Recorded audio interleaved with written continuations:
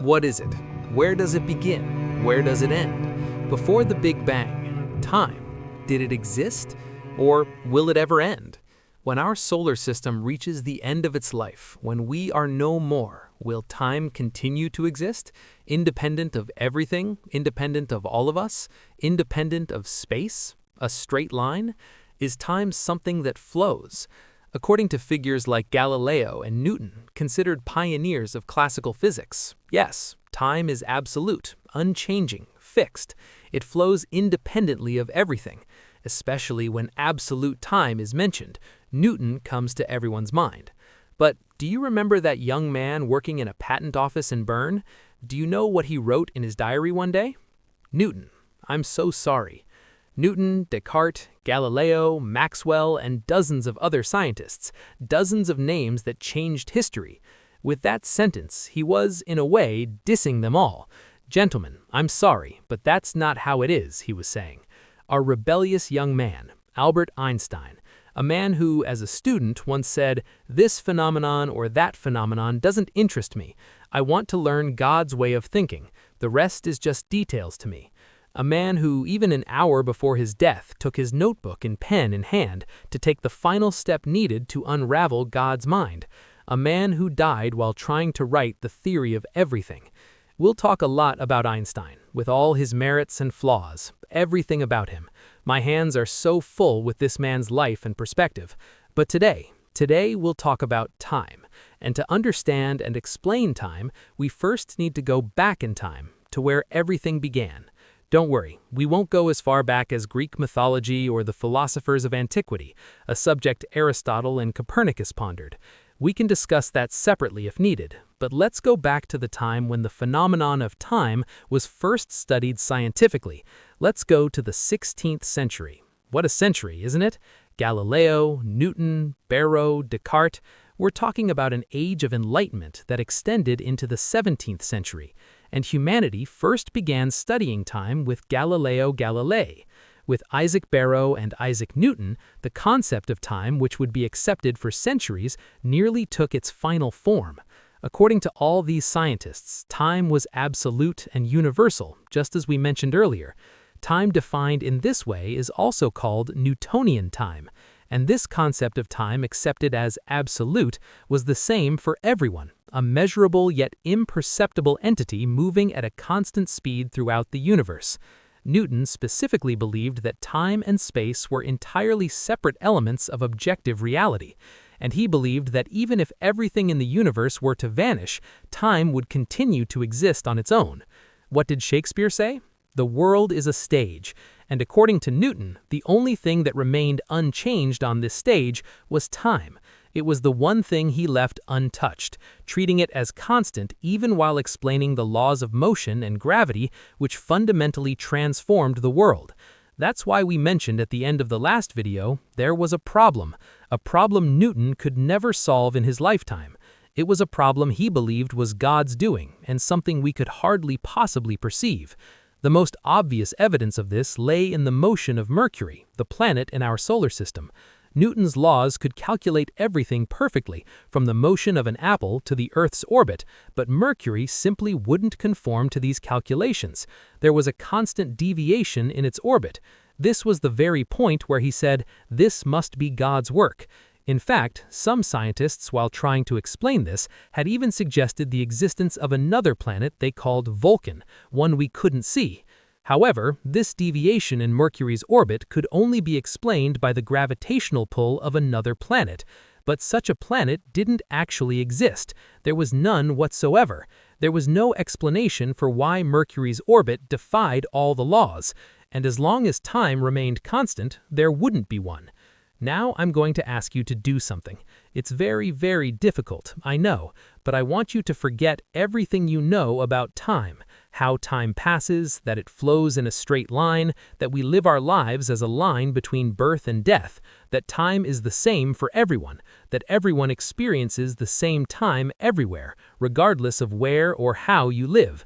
Forget it, because we need to completely dismantle this perception, because it's wrong. It's all wrong. Who says this? First, Wilhelm Leibniz says this. For Leibniz, there were events that occurred before, after, or simultaneously. Time was merely the way our minds organize these relationships.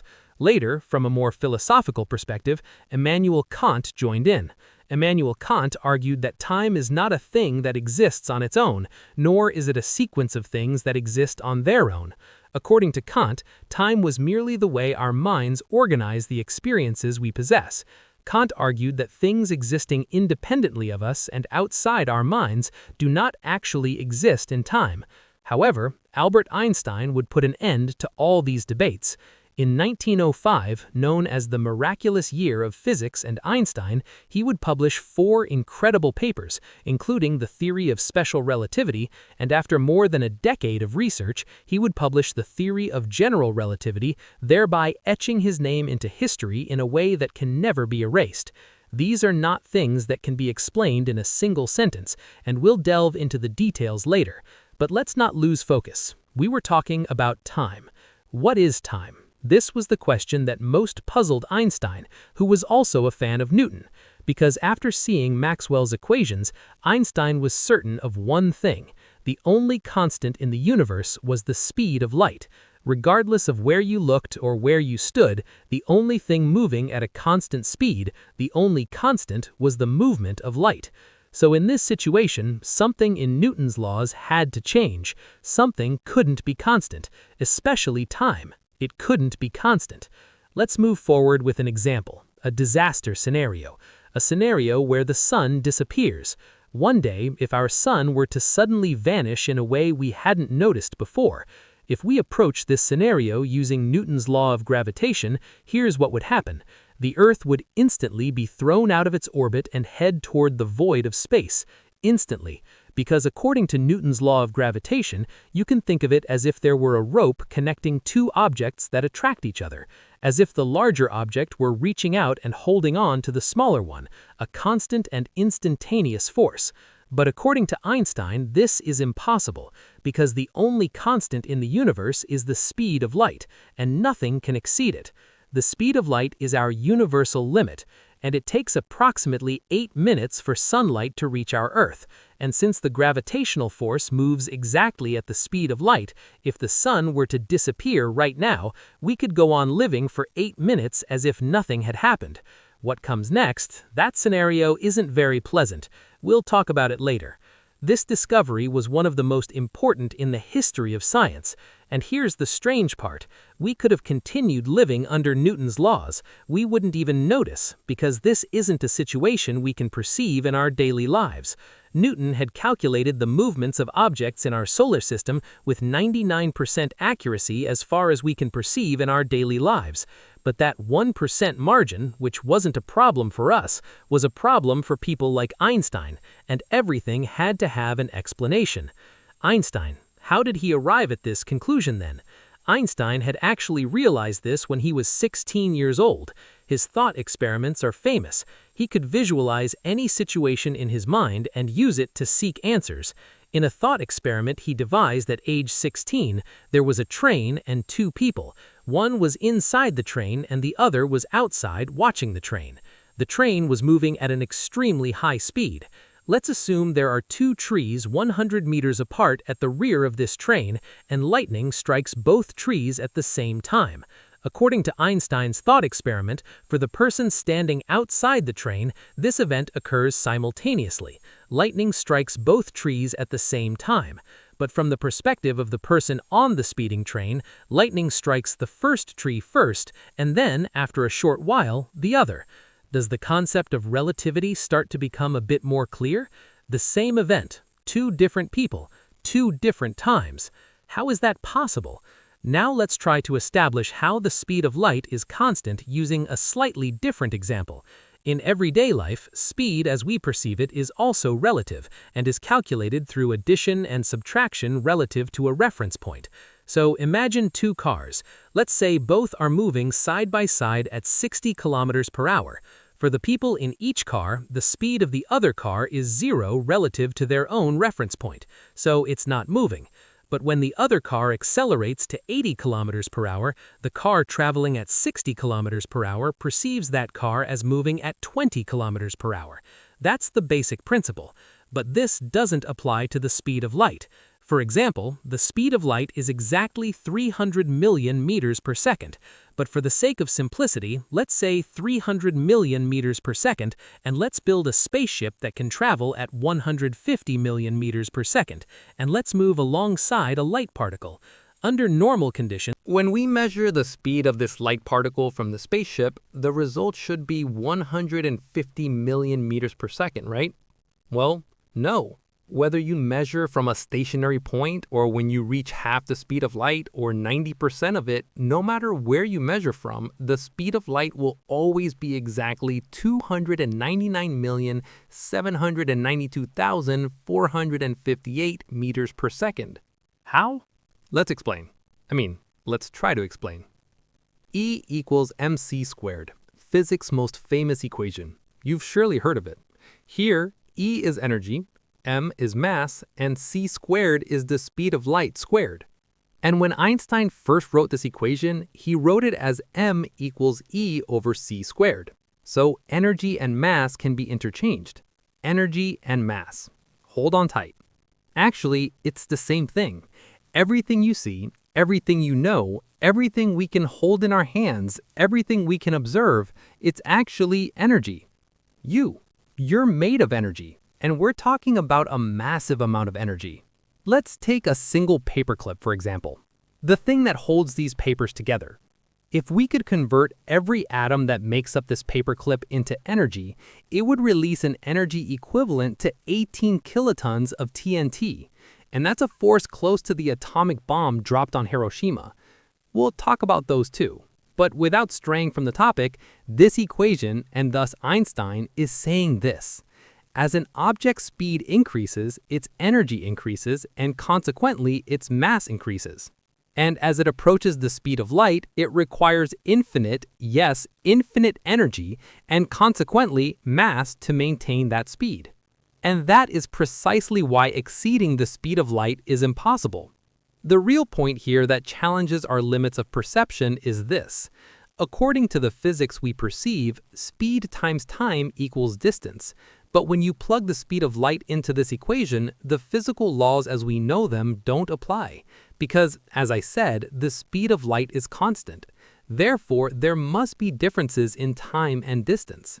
Let's wrap this up with one final example. Let's talk about twin siblings named Andre and Alyssa. Let's say they're both astronauts and they participate in an experiment to prove this law. Andre stays on Earth while Alyssa embarks on a one-year journey in a spaceship capable of reaching 99.997% of the speed of light. Assuming they're both 30 years old when the journey begins, after the one-year trip, when Andre and Alyssa reunite, Alyssa will naturally be 31, but Andre, who stayed on Earth, will be exactly 81 years old. Time slows down drastically for someone moving at this speed, and Andre and Alyssa will likely be the first twins with a 51-year age difference. Incidentally, this theory was proven in real life in 1971. In the experiment known as the Hafele-Keating experiment, 2 of 3 synchronized atomic clocks are placed on a plane, one heading east and the other west. The third is left at the airport. The planes land, and the 3 atomic clocks are checked. They are no longer synchronized.